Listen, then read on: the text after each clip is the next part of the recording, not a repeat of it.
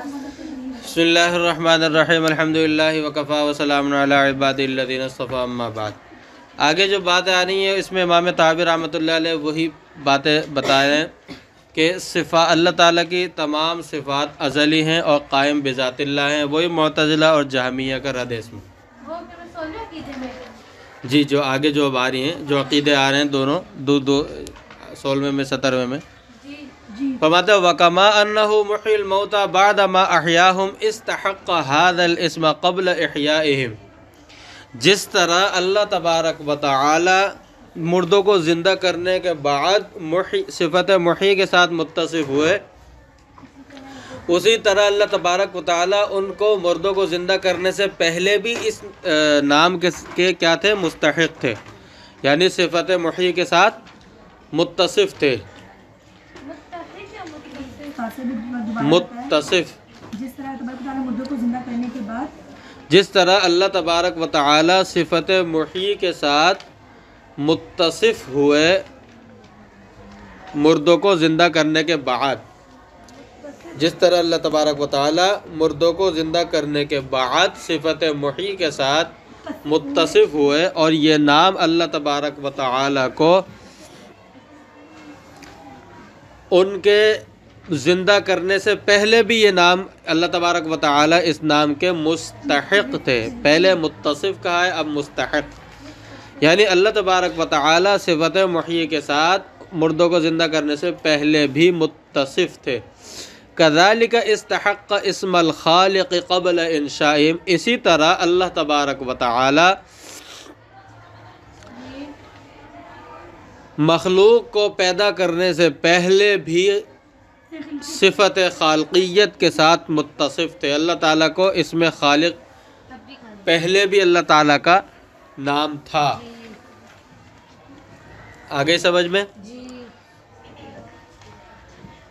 وہی بات کہ اللہ تبارک و تعالیٰ کی تمام صفات ازلی ہے۔ یہاں پر بھی معتزلہ اور جہمیہ کی تردید کی ہے، کیونکہ وہ کہتے ہیں کہ اللہ تبارک و تعالیٰ صفت محی کے ساتھ مردوں کو زندہ کرنے کے بعد متصف ہوئے، پہلے نہیں تھے، جس طرح کے صفت خالقیت مخلوق کو پیدا کرنے کے بعد آئی۔ تو اسی وہی تردید کی امام طحاوی، بالکل سیم وہی تردید امام طحاوی رحمۃ اللہ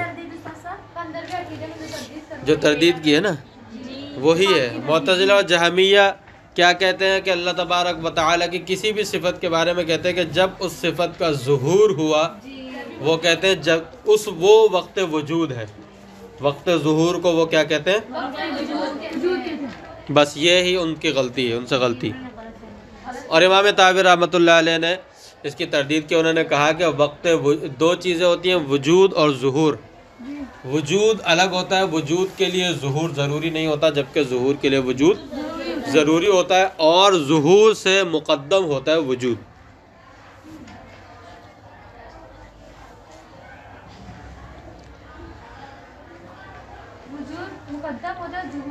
جی اب یہاں پر مسئلہ تصوف، اللہ تبارک و تعالی صفت محی کے ساتھ، یعنی جی اللہ تبارک و تعالی مردوں کو زندہ کرتے ہیں، جس طرح اللہ تبارک و تعالی مردہ اجسام کو زندہ کرتے ہیں، اسی طرح اللہ تبارک و تعالی مردہ قلوب کو بھی زندہ کرتے ہیں۔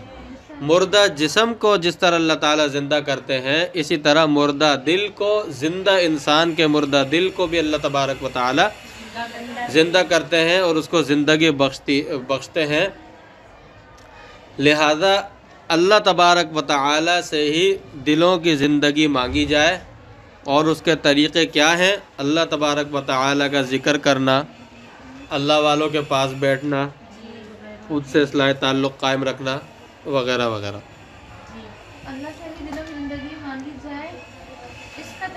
اس کے طریقے جو ہیں ان میں سے ایک تو اللہ کا ذکر کرنا، اور دوسرا اللہ والوں کے پاس بیٹھنا، ان سے اصلاح تعلق قائم کرنا۔ جی آگے اگلے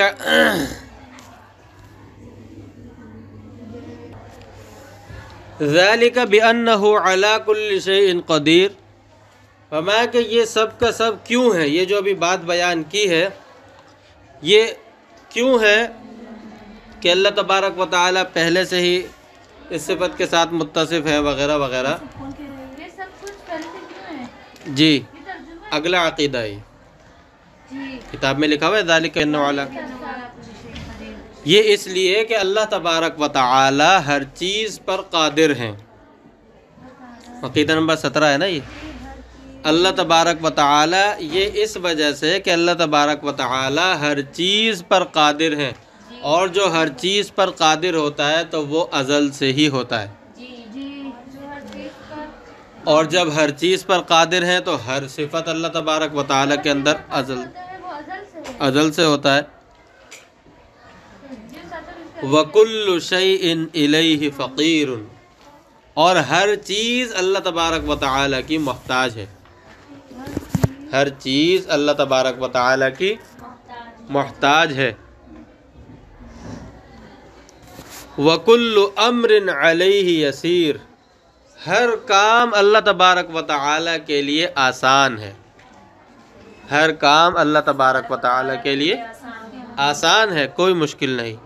لا يحتاج إلى شيء، جی ترجمہ یہ تو ترجمہ ہے ابھی۔ لا يحتاج إلى شيء، اللہ تبارک و تعالی کسی چیز کے محتاج نہیں۔ اللہ تعالیٰ ہم تو کسی بھی کام میں بہت سی چیزوں کے محتاج ہوتے ہیں، اللہ تبارک و تعالی کسی چیز کے محتاج نہیں۔ کیوں محتاج نہیں؟ ہر ذات کسی نہ کسی چیز کی محتاج ہوتی ہے کسی بھی کام کے لیے، اللہ تبارک و تعالی کیوں نہیں؟ لیس کمثلہ شیء وہو السمیع البصیر، وہ اس لیے کہ اللہ کے مثل کوئی چیز نہیں۔ جب اللہ کے مثل کوئی چیز نہیں تو پتہ چلا اللہ اور غیر اللہ، جب غیر اللہ ہر کسی نہ کسی چیز کا محتاج ہوتا ہے تو پتہ چلا کہ اللہ کے مثل نہیں ہے، تو اللہ کسی بھی چیز کا محتاج نہیں، اللہ کسی بھی چیز کے محتاج نہیں، اور وہ سمیع اور بصیر ہے، سننے والے اور دیکھنے والے ہیں۔ اللہ تعالیٰ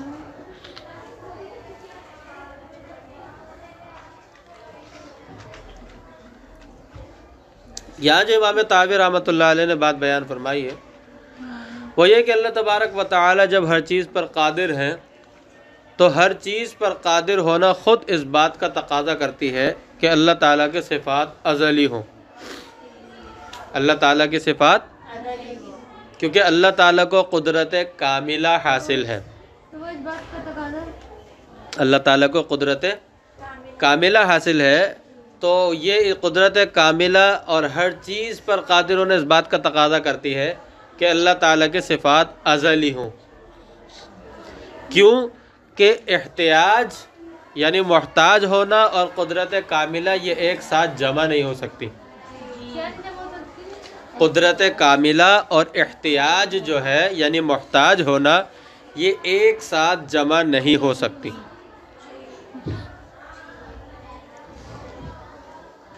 احتیاج ہو اور قدرت ہو تو قدرت بعضیہ تو کہلائے گی، یا قدرت من وجہن تو کہہ سکتے ہیں اس کو، قدرت کاملہ نہیں کہہ سکتے اس کو۔ قدرت کاملہ ہوتی ہی وہ ہے جس میں احتیاج کا کوئی نام و نشان نہ ہو، تو یہ خود اس بات کا تقاضا کرتی ہیں کہ اللہ تعالیٰ کی تمام صفات کیا ہوں؟ ازلی ہوں۔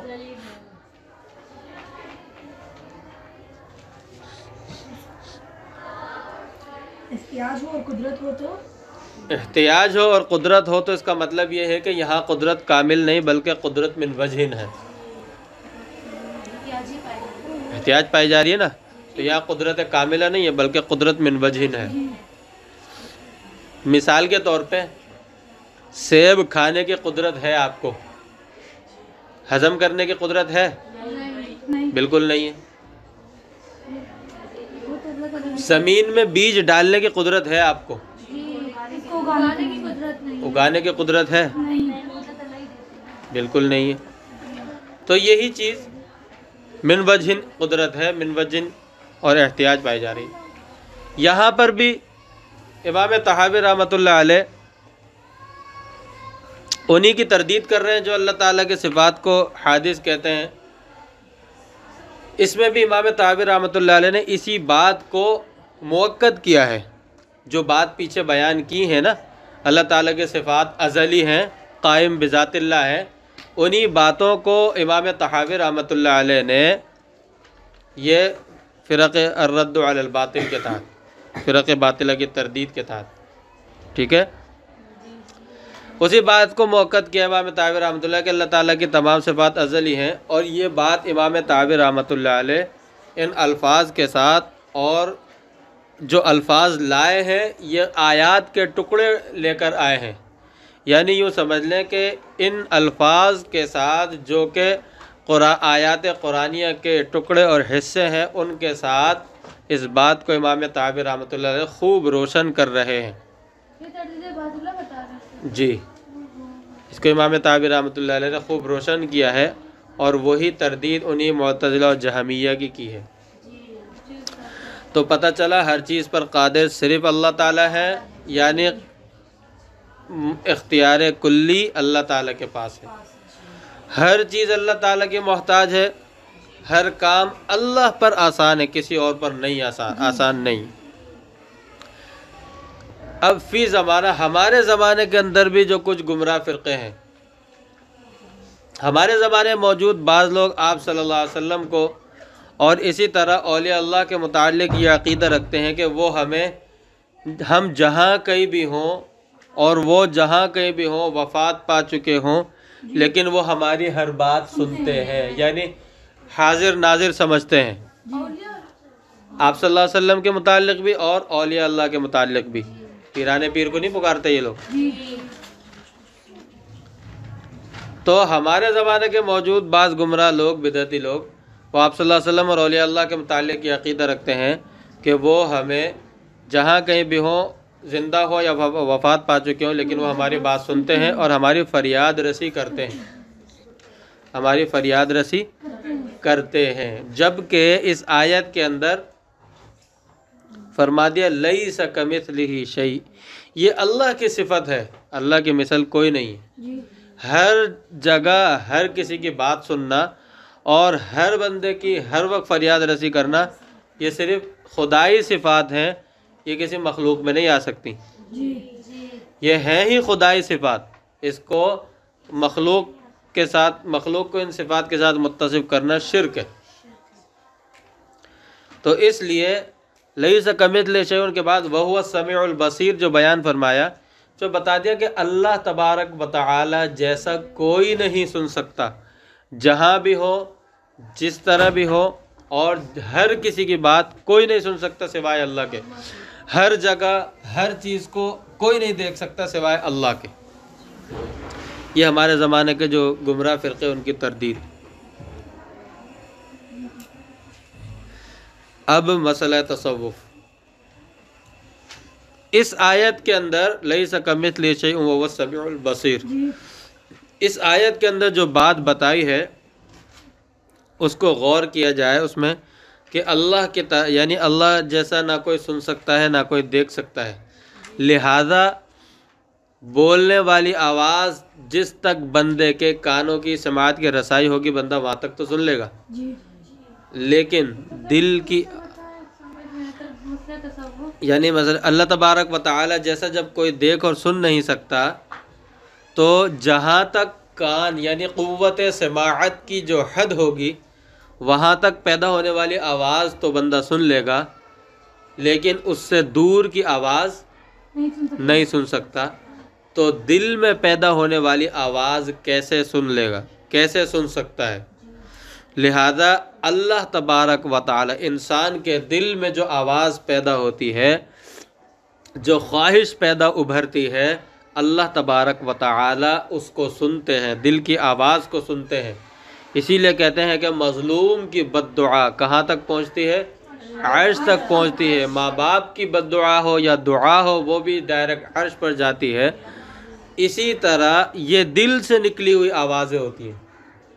یہ کون سی آوازیں ہوتی ہیں؟ زبان سے نہ بھی کہی ہو، یہ دل سے نکلی ہوئی ہوتی ہیں، اور اللہ تبارک و تعالی کی ذات ہی ان کو سنتی ہے۔ اور اللہ تبارک و تعالیٰ کے علم میں ہوتا ہے، چاہے اس آواز یہ آواز زبان سے نکلی ہو یا نہ نکلی ہو۔ لہذا اس بات کا اہتمام کیا جائے کہ ہمارے دل میں کیا تمنا پیدا ہو رہی ہے اور ہمارے دل سے کیا آواز نکل رہی ہے۔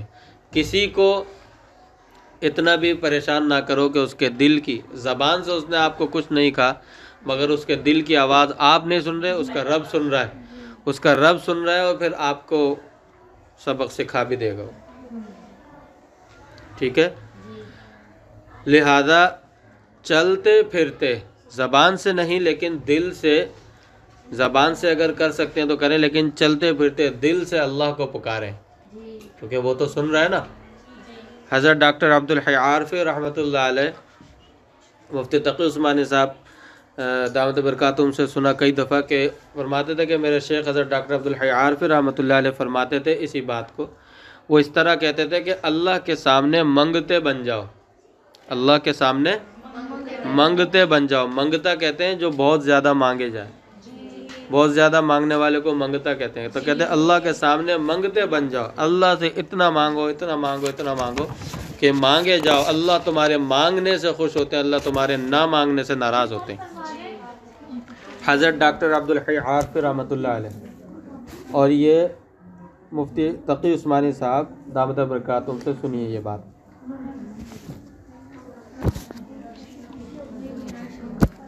یہ حضرت تھانوی رحمۃ اللہ علیہ کے خلیفہ تھے، حضرت ڈاکٹر عبد الحی عارفی رحمۃ اللہ علیہ۔ جی رحمۃ اللہ علیہ زندہ کے ساتھ آتا ہے۔ آگے فرماتے ہیں خلق الخلق بعلمہ،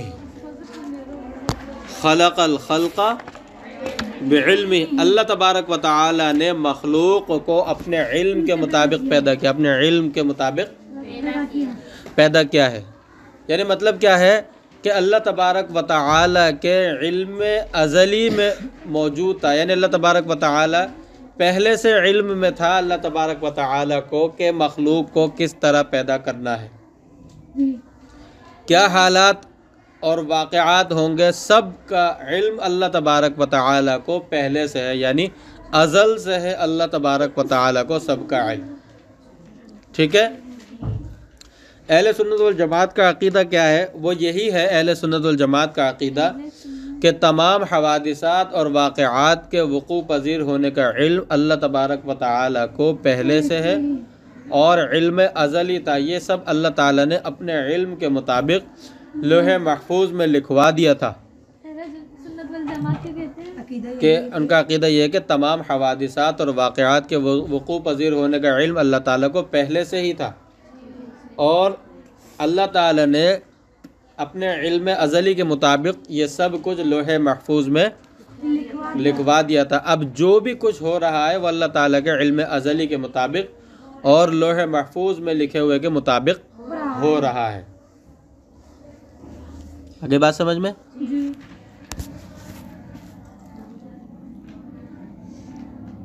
الرحمن الرحیم، الحمدللہ وکفا وسلام علی عبادہ الذین اصطفیٰ، اما بعد۔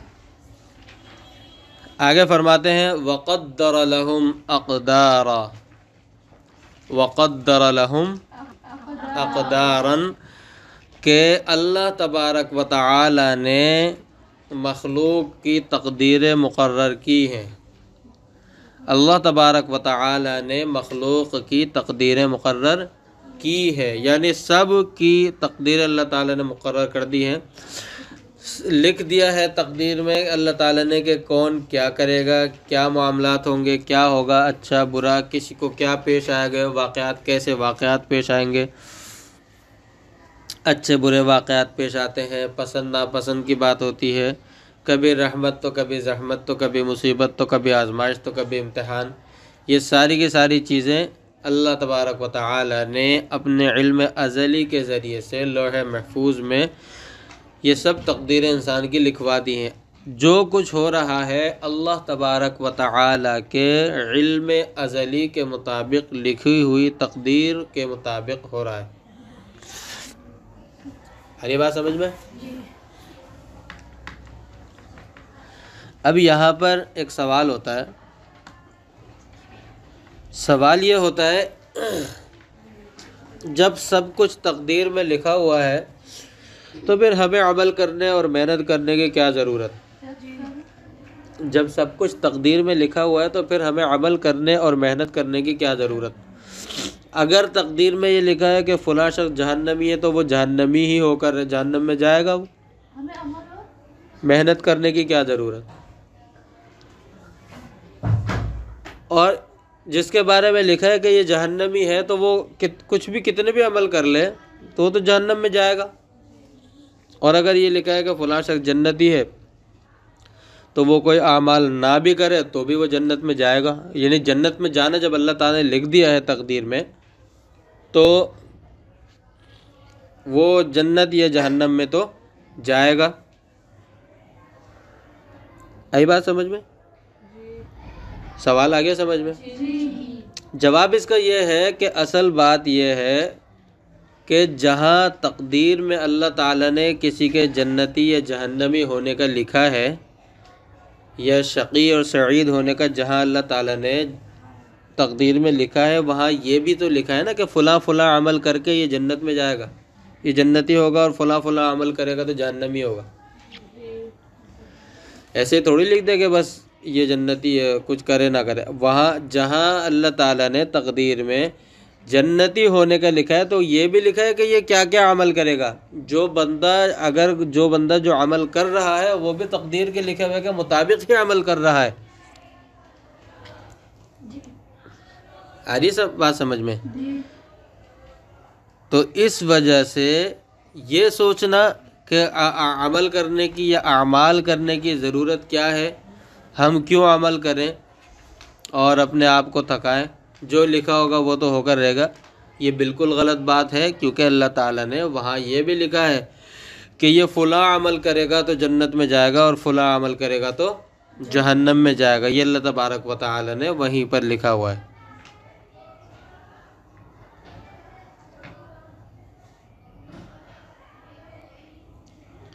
کیونکہ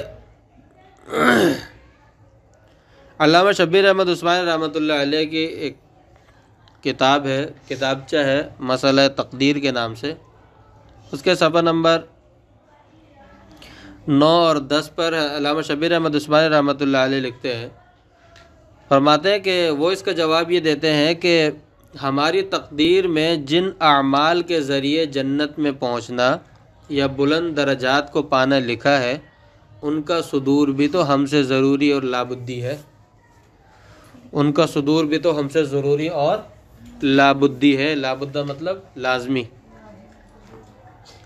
تو تقدیر میں صرف نتائج اور مسببات نہیں لکھے اللہ تعالیٰ نے، تقدیر میں صرف نتائج اور مسببات نہیں لکھے بلکہ ان کے ذرائع اور اسباب بھی لکھے ہوئے ہیں، لہذا یہ سوال جو ہے بے موقع ہے۔ یعنی اللہ تعالیٰ نے صرف نتائج نہیں لکھے کہ یہ جنتی ہے جہنمی، بلکہ ان کے اسباب بھی لکھے ہیں کہ یہ اعمال کرے گا تو جنتی ہے، یہ اعمال کرے گا تو جہنمی ہے۔ آیا جواب سمجھ میں؟ علامہ شبیر احمد عثمانی رحمۃ اللہ علیہ کا جواب آیا سمجھ میں؟ تو اس لیے فرماتے کہ یہ سوال بالکل بے موقع ہے کہ جب تک جہنمی یا جنتی ہونا لکھ دیا تو پھر ہمیں اعمال کی یا محنت کرنے کی کیا ضرورت؟ فرماتے یہ بالکل بے موقع سوال ہے۔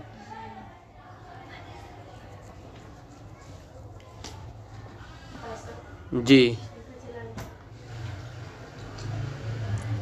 اور یہ سوال جواب جو آپ صلی اللہ علیہ وسلم اور صحابہ کرام کے درمیان بھی پیش آیا تھا اس کی تشریح ہے۔ آپ صحابہ کرام سے آپ صلی اللہ علیہ وسلم نے یہ سوال کیا تھا تو آپ صلی اللہ علیہ وسلم نے فرمایا تھا ایک موقع پر اعملوا فکل میسر لما خلق لہ، یعنی صحابہ کرام نے فرمایا کہ رسول پھر ہمیں اعمال کی کیا ضرورت؟ فرمایا کہ نہیں، تم اعمال کرو، جو جس کے لیے پیدا کیا گیا ہے اسی والے اعمال اس کے لیے آسان کیے جاتے ہیں، جو جہاں جانے کے لیے پیدا کیا گیا ہے وہیں جانے والے اعمال اس کے لیے آسان کیے جاتے ہیں۔ لما خلق لہ، جس کے لیے وہ پیدا ہو۔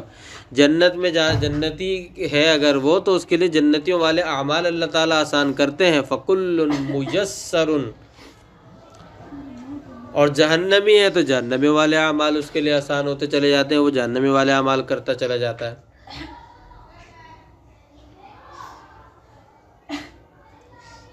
آگے بات سمجھ میں؟ پھر ایک اور سوال ہوتا ہے کہ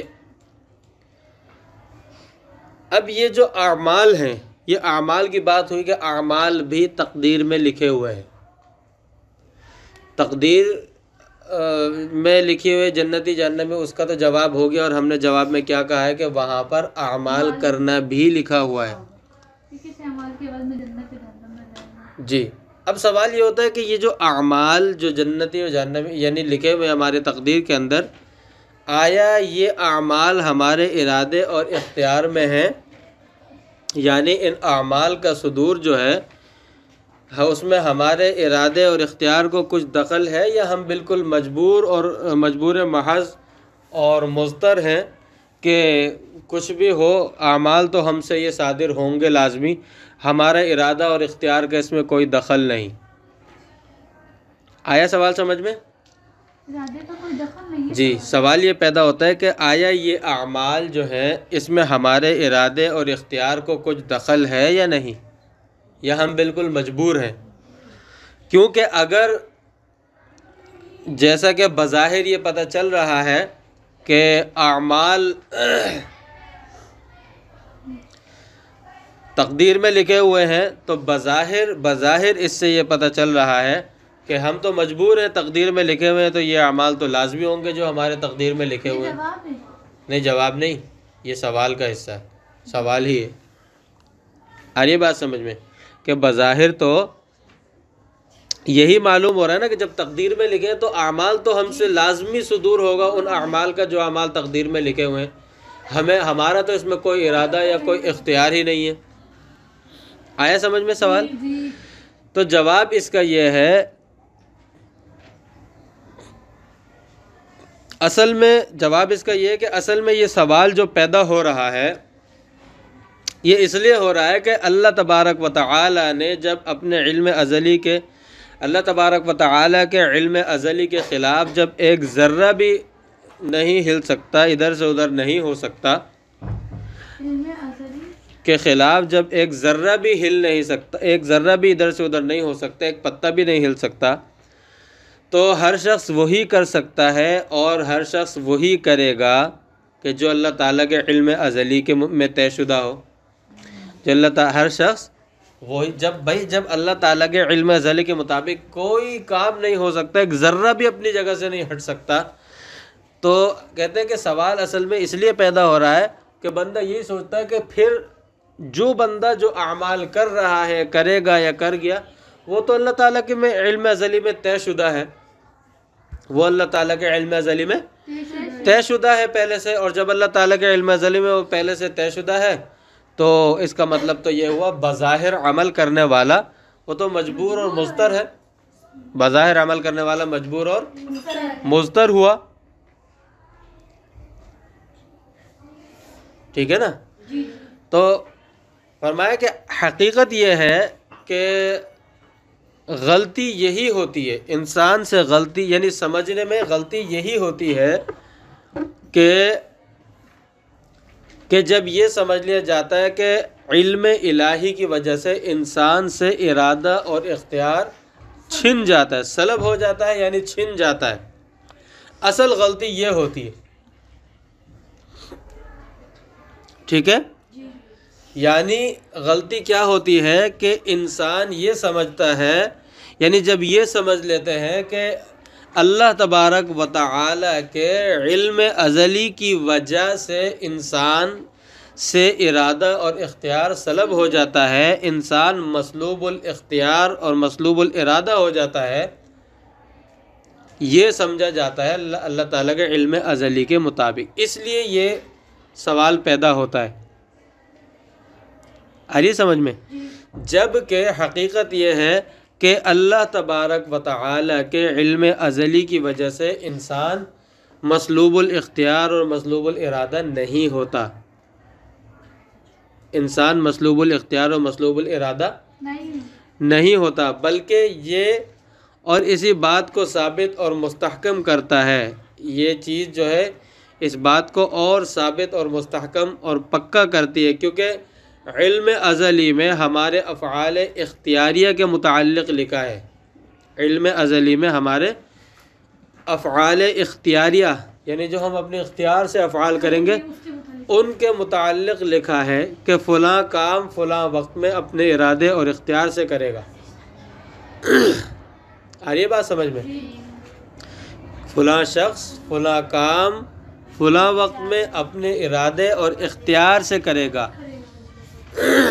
تو اس لیے یعنی اللہ تبارک و تعالیٰ کے غلطی کا مدار کیا ہوتا ہے کہ اللہ تعالیٰ کے علم ازلی کی وجہ سے انسان کو مسلوب الاختیار اور مسلوب الارادہ سمجھ لیا جاتا ہے، اور حقیقت یہ ہے کہ انسان مسلوب الاختیار اور مسلوب الارادہ نہیں ہوتا، بلکہ یہ بات کہ انسان اللہ تعالیٰ کے علم ازلی میں تقدیر میں یہ لکھا ہے انسان کے متعلق کہ یہ فلاں کام فلاں وقت میں اور اپنے اختیار اور ارادے سے کرے گا۔ اس کی ایک مثال ہے، جیسے مثلا اللہ تبارک و تعالیٰ کے افعال جو کہ کائنات میں وقوع پذیر ہو رہے ہیں، اللہ تبارک و تعالیٰ کے جو افعال ہیں جو کائنات میں وقوع پذیر ہو رہے ہیں، جو بھی کام ہو رہے ہیں وہ سب اللہ تعالیٰ کے علم ازلی کے مطابق ہو رہے ہیں۔ اللہ تعالیٰ کے علم ازلی کے مطابق ہو رہے ہیں نا۔ اگر اللہ تعالیٰ کے علم ازلی کے مطابق کوئی یہ کہتا ہے کہ اللہ تعالیٰ کے علم ازلی کے مطابق نہیں ہو رہا ہے تو نعوذ باللہ اللہ تبارک و تعالیٰ کی طرف جہل کی نسبت لازم آئے گی، اور یہ شان ربوبیت کے کیا ہے؟ خلاف ہے۔ لہذا یہ ماننا پڑے گا کہ اللہ تبارک و تعالیٰ کے علم ازلی جو کہ محیط ہے اس کے مطابق اللہ تبارک و تعالیٰ کے جو بھی افعال ہو رہے ہیں وہ سب اللہ تعالیٰ کے علم ازلی کے مطابق ہو رہے ہیں۔ تو جب اللہ تبارک و تعالیٰ کے علم ازلی کے مطابق سارے کام ہو رہے ہیں جو اللہ تعالیٰ کے افعال ہیں، جو افعال اللہ تبارک و تعالیٰ کے ہیں وہ بھی جب اللہ تعالیٰ کے علم ازلی کے مطابق ہو رہے ہیں، تو یہ بتائیں کہ نعوذ باللہ اللہ تبارک و تعالیٰ کیا ان کاموں میں مجبور ہیں؟ بالکل نہیں، ہو ہی نہیں سکتا کہ اللہ تبارک و تعالیٰ، کیونکہ اللہ تعالیٰ تو مختار کل ہیں۔ تو جب اللہ تعالیٰ کے علم ازلی کے مطابق ہونے والے اللہ تعالیٰ کے افعال، اس میں بھی جب اجبار اور اضطرار نہیں آ رہا تو اس کا مطلب یہ ہوا کہ علم ازلی میں ہونے کی وجہ سے یہ لازم نہیں ہے کہ بندہ ان کاموں میں مجبور ہو۔ اس لیے انسان جو ہے وہ اپنے افعال میں بالکل بھی مجبور نہیں ہے، بلکہ وہ اپنے ارادے اور اختیار سے کرتا ہے، اور ارادے اور اختیار ہی کو دخل ہے۔ ٹھیک ہے، یہ تشریح بھی مسئلہ تقدیر علامہ شبیر احمد عثمانی رحمۃ اللہ علیہ کی کتاب صفحہ نمبر 11 اور 14 کے اندر ملے گی، 11 سے 14 تک یہ تشریح ہے۔ یعنی خلاصہ اس کا یہ ہوا کہ انسان، اب مین بات کیا ہے کہ انسان نہ تو اپنے افعال کا خالق ہے اور نہ مجبور محض ہے، نہ اپنے افعال کا خالق ہے اور نہ مجبور محض ہے، کیونکہ جنہوں نے یہ معبد جوہنی جو تھا اس نے سب سے پہلے تقدیر کا انکار کیا تھا، تو انہوں نے اسی بات کو بیان کیا تھا۔ بہرحال خلاصہ کلام یہ ہے کہ انسان اپنے افعال کا خالق تو نہیں ہے لیکن مجبور بھی نہیں ہے، مجبور بھی نہیں ہے۔ اب آگے تردید باطلہ۔ صحابہ کرام کے دور میں مسئلہ تقدیر کے اندر کوئی اختلاف نہیں تھا، صحابہ کرام کے دور میں تو مسئلہ تقدیر کے اندر کوئی اختلاف نہیں تھا، البتہ بعد میں آخری صحابہ کرام کا جو آخری دور تھا اس کے اندر ایک معبد جوہنی نام کا ایک شخص تھا، اس نے سب سے پہلے یہ کہنا شروع کیا تھا کہ الامر انفن ای مستانفن، کہ ہر معاملہ جدید ہوتا ہے، اللہ تبارک و تعالیٰ کو اس کا علم نہیں ہوتا، وہ اللہ تبارک و تعالیٰ کے علم میں پہلے سے نہیں ہوتا، یہ معبد جوہنی نے کہا تھا۔ معبد جوہنی، معبد جوہنی، اس نے یہ کہا تھا کہ الامر انفن ای مستانفن، کہ ہر معاملہ، ہر کام جو بھی وقوع پذیر ہوتے ہیں سب جدید ہوتے ہیں، اللہ تعالیٰ کے علم میں پہلے سے وہ نہیں ہوتے، کوئی طے شدہ یا تقدیر میں لکھے ہوئے کے مطابق نہیں ہو رہے ہوتے۔ اس نے سب سے پہلے تقدیر کا انکار کیا تھا۔ تو حضرت عبداللہ صحابہ کرام نے اس کی تردید کی، حضرت عبداللہ ابن عمر رضی اللہ تعالیٰ عنہ نے خاص طور سے اس کی ایسی زوردار اور ایسی پرزور تردید کی، اس حضرت عبداللہ ابن عمر رضی اللہ تعالیٰ عنہ کہ اس کا اثر یہ ہوا کہ پھر اس معبد جوہنی کو اور اس کے ٹولے کو اس عنوان سے پھر مسئلہ آگے چلانا مشکل ہو گیا۔ آ رہی سمجھ میں؟